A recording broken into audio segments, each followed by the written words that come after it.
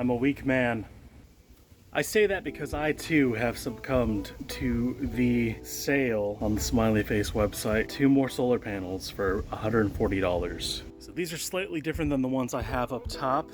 The ones on the roof have sharper corners. These are rounded and seem to be a sturdy plastic.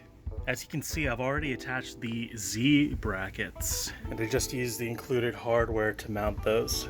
If you're just starting your solar system for the first time, you don't have anything in place, I would highly recommend not getting the 100 watt panels and just buying a few 250 watt panels or higher wattage in bulk.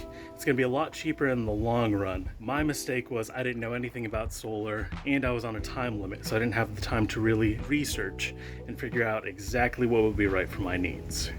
All that said though, I don't have any issues with my current system. I just want to get some more wattage, and on top of that, when the solar panels are on the roof, I think they help cut out some of the heat coming into the vehicle. And on top of that, they provide an air gap underneath the solar panels. So I think that might help on a windy day like today. Maybe it'll help keep the bus interior cool. If you're doing solar panels for the first time, I'd also encourage you to look into different ways to mount them. Some people use Z brackets like I'm using.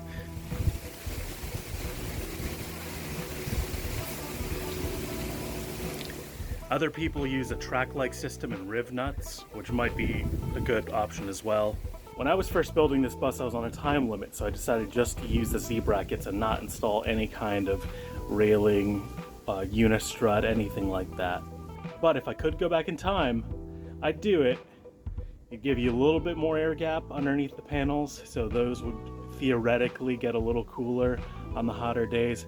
And on top of that, I'd just be going up on the roof and screwing these new panels in, and that's it. As it stands, I'm going to be removing some of the ceiling tiles, moving some of the insulation around, and then screwing through the roof and then into more cedar blocks. I can show you those.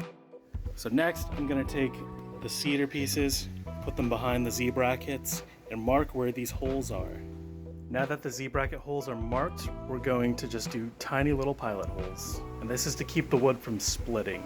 I picked cedar because of its natural mold and mildew resistance. The next step is to clean the top of the roof where you're going to be mounting the panels, avoiding any fans that you accidentally left open. First panel is done being test fitted. Just popping into the bus with the AC unit running, it's a world of difference on how much cooler it is. Because even on a hot day, having that AC running, it'd take a long time to notice. But right now, the bus is cool as a cucumber. So now comes the fun part where I have to find the screws. You may not be able to see it, but this is the reason why we're doing the cedar pieces. That screw is loose and I just put it in. It doesn't seem like a big deal right now because we're stationary.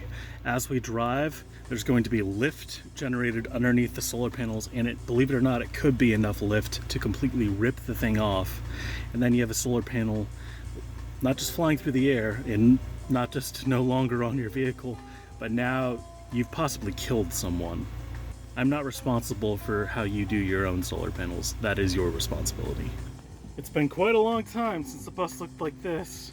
So I have the holes pre-marked in the butyl here, and we want to pack as much butyl around the holes as possible to waterproof it as best we can.